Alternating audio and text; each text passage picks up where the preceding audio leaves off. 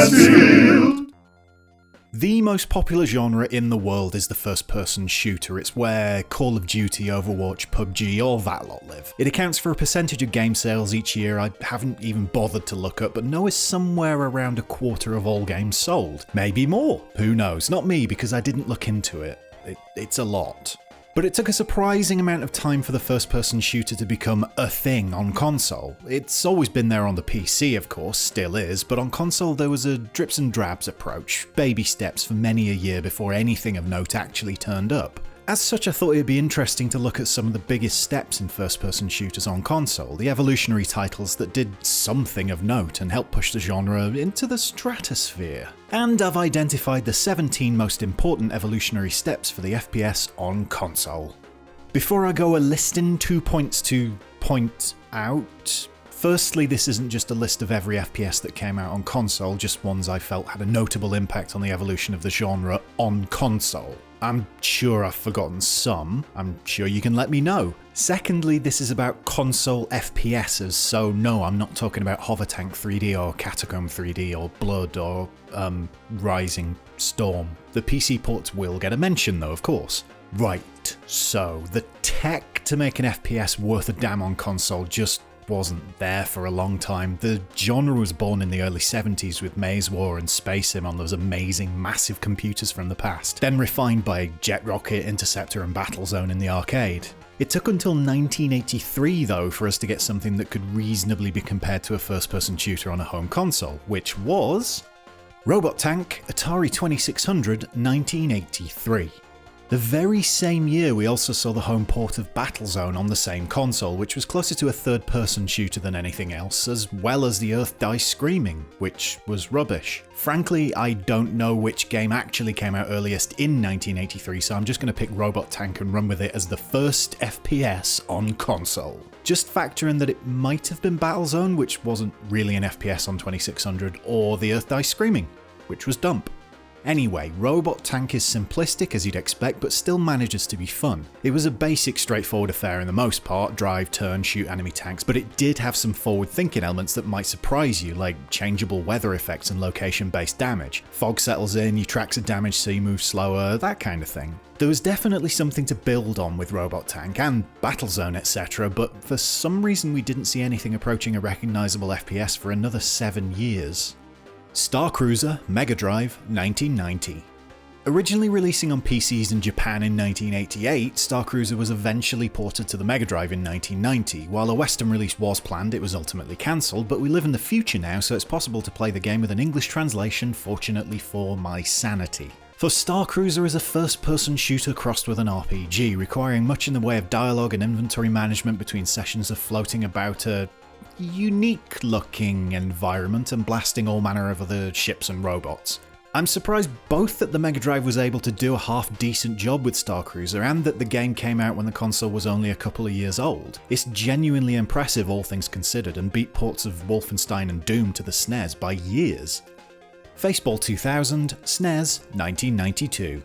The pace began to pick up a little in 1992 with the SNES bagging a port of its own, what was originally known on the Atari ST as MIDI Maze. Rebranded Faceball 2000, probably the best name any game has ever had, it was a mix of mazes and shooting Pac-Man lookalikes with balls, and while the console version lost the larger scale deathmatch options of the original, it did still feature multiplayer. What Faceball 2000 also did, and I make no claims it was the first to do this, though it may well have been, was feature regenerating health. It's quaint to look back on this one and see how innocent it all seems. I don't even think it's being sarcastic when you get shot in the back, again, and are told to have a nice day. It's almost wholesome.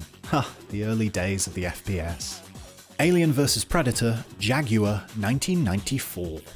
I'd say this was the turning point for shooters on console. There had been console-only FPSs already, and a fair few had already hit on the 3DO, so Alien vs Predator wasn't the first game of a new generation either. But it was the perfect storm, a unique idea made specifically for a console, taking advantage of technology we hadn't seen utilised much by that point. AVP managed single-handedly to pivot the conversation, albeit temporarily, away from Doom. That's something that just didn't happen much in the early to mid-90s. Handily, the game holds up up today. Yes, it's a console shooter on the Jaguar from 1994, so you're not talking modern day levels of polish and, well, sense when it comes to controls, but you do get ideas and inventiveness and 3 playstyles in one game, Alien, Predator and Marine, before any other Alien game did that. It's not just the game that stopped the Jaguar from falling into obscurity, it's the FPS that showed how viable consoles were for their own versions of these games. Side note, the Mega Drive exclusive shooters. I'd be remiss not to mention the Mega Drive's contribution to console first-person shooters. To me, they were little more than curios, but they left an impact on everyone who played them. After all, Sega's console wasn't supposed to be able to do shooters, that's why it didn't get Doom or Wolfenstein 3D, unlike the SNES. Still, we did get Zero Tolerance, which isn't as good as you remember, sorry, and the lesser-known Bloodshot, or Battle Frenzy, depending where you were in the world. The latter is another one of those that actually takes you by surprise with how technologically accomplished it is for the machine. It's often forgotten in the discussion, but the Mega Drive did pretty well for itself in the console FPS stakes. Having said that, discussion never tends to go far back enough in the past to see this, thanks to one little game you may have heard of. Goldeneye 007 N64 1997. Yep, that one. We'd seen plenty of first-person shooters on console before GoldenEye hit, but it was Rare's game that really struck a chord, made an impact, karate chopped an odd job. A mixture of story-led single-player missions that rewarded repeated player and a multiplayer mode, famously a last-minute half-baked addition, that still keeps people playing and hooting with laughter to this day. GoldenEye marked yet another huge turning point for the FPS on console. It still took a few years to really take over, but the PC was no longer the default go-to format for the genre.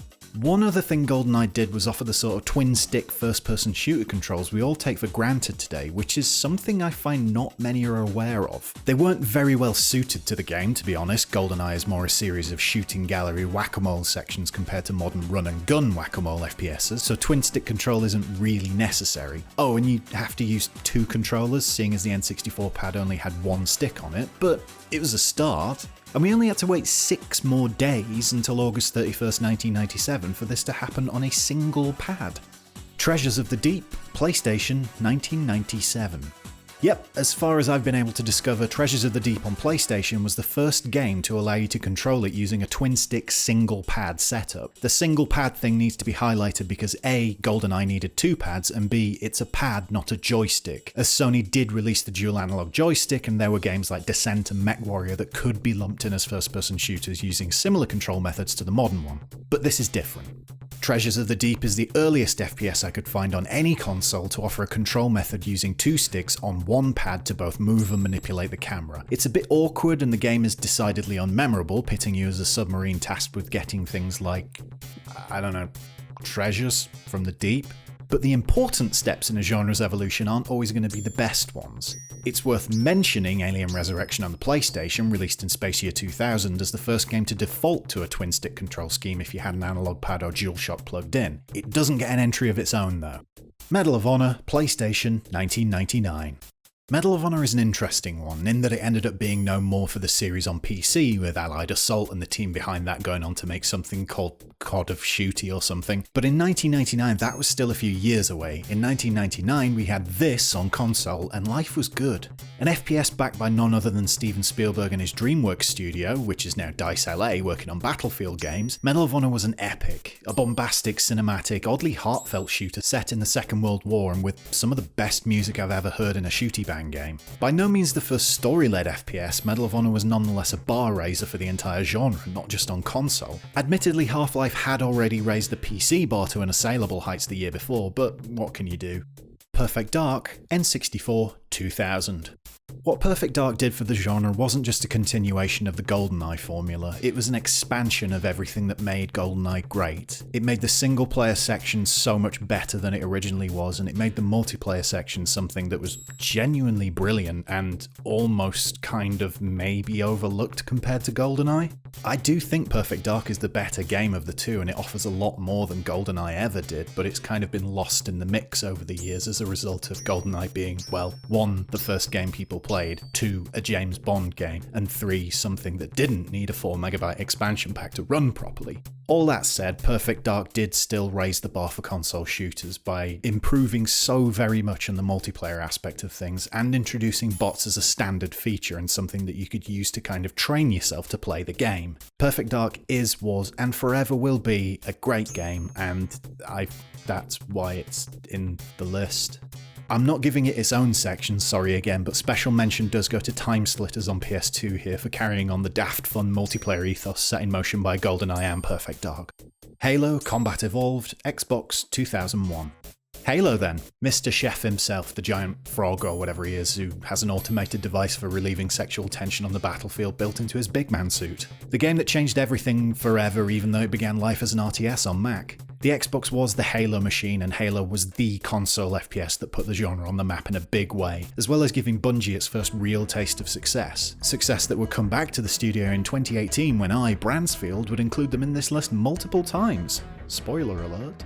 A limit of 2 weapons at once, a dedicated grenade button, recharging shields, large open levels, ripe for experimentation, enemy AI that suckered you into thinking it was actually smart. Halo might not have been the first for all of these things, but it put them together in such a fundamentally sound package it was impossible not to love the game. There were games that edged consoles towards the line, then Halo came out and, well, ignored the line, redrew the rulebook and changed everything forever. With the massive success of Halo, it was no surprise that from 2001 on we were inundated with all manner of copycats, some more egregious than others, all trying to capitalise on what publishers have now realised was something that could make them money on console. And, of course, most of the FPSs were at most forgettable, at worst awful, but some were another thing entirely.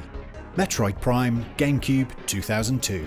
Nobody expected Nintendo to put out a good first-person shooter because everybody always underestimates old Ninty. We were all there thinking of our Half-Lives and our Soldiers of Fortune and Medals of Honors, laughing to each other about how Nintendo's approach to violence would be a sight to see and how linear, straightforward, decidedly brown maps wouldn't fit in with, yeah, they just did something we weren't expecting, that's what I'm getting at. Metroid Prime was a first-person shooter, no doubt, but it lent so heavily on puzzle exploration elements and platforming mechanics that you'd be forgiven for forgetting all the shooty blasting. As well as being a genuine instant classic, Metroid Prime also threw down the gauntlet for console shooters. They didn't have to ape what came out on PC, they could be their own thing, and they could be successful doing just that. Still, sequels were important, like with Halo 2, Xbox, 2004. The second Halo had a few things about it that were cool: dual protagonists, energy swords, akimbo SMGs, a lack of actual ending, I promise I'm still not bitter, Bungie's second entry in this list, but it was one thing that set it apart and once again raised the bar for console shooters: multiplayer. The original game had MP, sure, but it was limited to split screen or local area connections unless you were technically savvy enough to employ tunneling software and hack the mainframe or whatever it is you do. And who would bother with that? Halo 2, on the other hand, took full advantage of Microsoft's new service, Xbox Live, to, well, we're still using systems similar to those set up in 2002 today because Xbox Live was so bloody good. It helps that Halo 2 was and is really good fun online with varied modes, smartly designed maps, and yeah, if you're watching the footage here you'll realise that I'm still terrible at it and some people spend way too much time still on Halo 2 Classic. It's great, but crikey, I need to be matched with people as bad as I am. The Chronicles of Riddick: Escape from Butcher Bay, Xbox 2004. Vincent Petrel made his mark on gaming by doing something hardly anyone else had ever done, apart from Rare, who did the same thing in the same genre and also bagged a spot on this list earlier, but still, Vin, Tygun and Starbreeze made a really bloody good film tie-in game, and it was, initially, an Xbox exclusive FPS. Why was it important? Because it was so good, I'd say. An effortless blend of genres: FPS, stealth, punchy combat. Butcher Bay also ignored multiplayer entirely. With Halo 2 so successful online, the big money was looking at consoles as money-making multiplayer machines, but it was Riddick, and some others I might get to, that showed this was no flash in the pan. Actually, I'll get to one now really quickly. I'd also throw The Darkness, also from Starbreeze, I mention here, as a standout, unique FPS only on consoles. It had multiplayer, but it was rubbish and bolted on, so I count this as another great SP FPS. Acronyms. Side note, PC ports.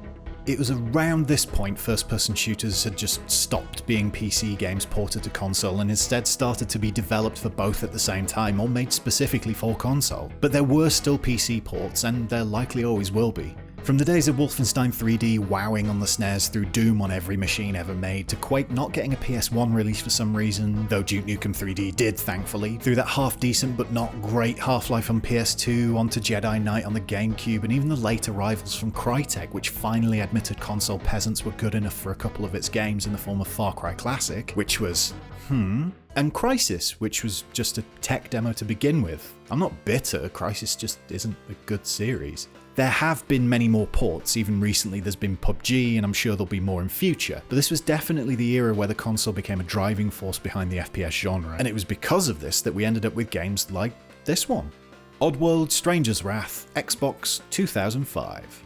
Ah yes, that other single-player FPS I mentioned. Stranger's Wrath was all but ignored by EA in 2005, which is notable due to the fact that EA was publishing the damn thing. The game ended up selling pretty much nothing and remained a cult classic for a long time before its re-release on all the big formats, so why should an ignored and forgotten game feature on this list? Because it was a daring, interesting and unique blend of genres and approaches, and it was something only on Xbox for a number of years. The sheer inventiveness on show at every point of Stranger's Wrath almost makes me sad for how little it's been ripped off in the years that followed its release. Hunting your own live ammo, freeform approaches to fights, a storyline both funny and immeasurably dark, this was, and I know I've said it a fair few times now, but it really was, a bar raiser. Of course that bar was about to be ripped away and flung over a rainbow by something else, but we weren't to know that back in 2005. No, we had to wait a couple of years and for a new generation of consoles. Call of Duty 4 Modern Warfare, PS3, Xbox 360, 2007. You might have heard of this one, I'm not sure. Seismic shifts do happen in gaming, and Modern Warfare was very much one of those shifts, which is even more impressive when you remember it was the fourth game in the series and people were a little bit tired of COD by 2007. One thing to note here is that Modern Warfare released day and date on the PC too, but there's no doubt it was the console version that made it the game to have in 2007. More specifically, the game to have on Xbox 360 in 2007, because I don't know of anybody who remembers the PS3 for COD like they remember the 360 for it. When a game becomes so utterly synonymous with a single machine, even when it's been released on others, you know there's something special happening. Just as Halo 2 made Xbox Live worth it on the original Xbox, Modern Warfare made the 360's live service something you just had to sign up to. Online gaming was already a thing, it already existed, loads already played it, but it was Call of Duty 4 in the Xbox 360 that made it mainstream, and we're still feeling the impact of that today. I'd also like to point out that on playing Modern Warfare Online for the first time in about a decade, I was able to immediately bag 10 kills and call in my first airstrike ever. I'm not boasting, but yeah, I'm kind of boasting. Rage, PS3, Xbox 360, 2011. I'll keep this short because I know this has probably made some people furious, even though Rage is much better than people give it credit for.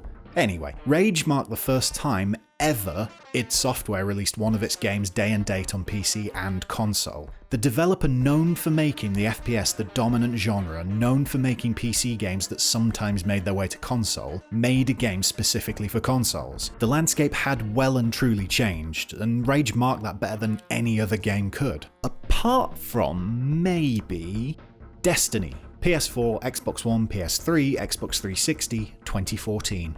Yes, it's Bungie's third entry on the list, and it's another one sure to make some people unreasonably furious, though I've no idea why. What made Destiny special? Was it the endless grind? The MMO-light escapades manufactured solely to keep you playing through a loop of limited brain-engaging action? The wizard from the moon? No, of course not. Destiny did a lot of new things as a whole package, but it didn't do anything that we hadn't seen elsewhere before, especially on PC. What it did do, though, was not come out on PC. At all. Destiny was one of the biggest games of, well, ever. The hype was unreal, it had all the money in the world behind it thanks to Activision, it was set to, and did, make plenty of money cash. But there was a conscious decision that was never reneged on to not bring Destiny to the PC. In the world we live in, where the PC has always been the king of the FPS genre, that was a big move, and one Bungie and Activision went back on for Destiny 2, but that's business for you. Overwatch, PS4, Xbox One, 2016. Overwatch had the kind of hype behind it only a Blizzard game could generate, and I think it's fair to say it's lived up to that hype with gusto. People adore Overwatch in ways I, broken husk of a man I am, could never understand. But, as it came out on the major consoles and PC at the same time, why is it something that's important for consoles? Well, it comes down to the developer again. See, the last time Blizzard released one of its games on the same day for both PC and consoles was all the way back in 1997. In actual fact, The Lost Vikings 2, the game in question, came to SNES before any other format, but you get the point. Overwatch marked a tacit admission from one of PC gaming's most beloved developers that the genre didn't just belong to the personal computer. It's something that's important on, that works on, that is fun on consoles. When the big money companies make moves like these, it's always for a reason. The final point I do want to make about Overwatch is that, well, I somehow managed to get 17 kills. I haven't even played this since 2016, so I don't really know how I did it, but I did, and it felt good, and good God, Overwatch is a great game. And that, oh friends, is a list made with thought, effort, and research. I think it turned out pretty well, do you? Let me know in the comments and add in your thoughts of what you'd say were the most impactful evolutionary titles in the history of console FPSs. I know I'll have missed some personal favourites, but what can you do? Thanks for watching as always, and please do like, share, subscribe, hijack a submarine, hunt some underwater gold, and blast a shark with some missiles. Because video games. Finally, I have a Patreon. You can find details in the blurb, and if you can and want to support me in any way, that would be amazing. I'd say every little helps, but Tesco might sue me. With that in mind, the Patreon thing, not Tesco, I'd like to extend my sincere thanks to this delightful duo on the $5 or more tier. And, of course, I'd be nothing without these higher tier supporters. Literally nothing. Video Brains, or Jake Tucker, Lola Osman, Bark Bark, Robbie Sabo. Thanks for your continuing support, it helps keep the night terrors from totally consuming my soul. Bye!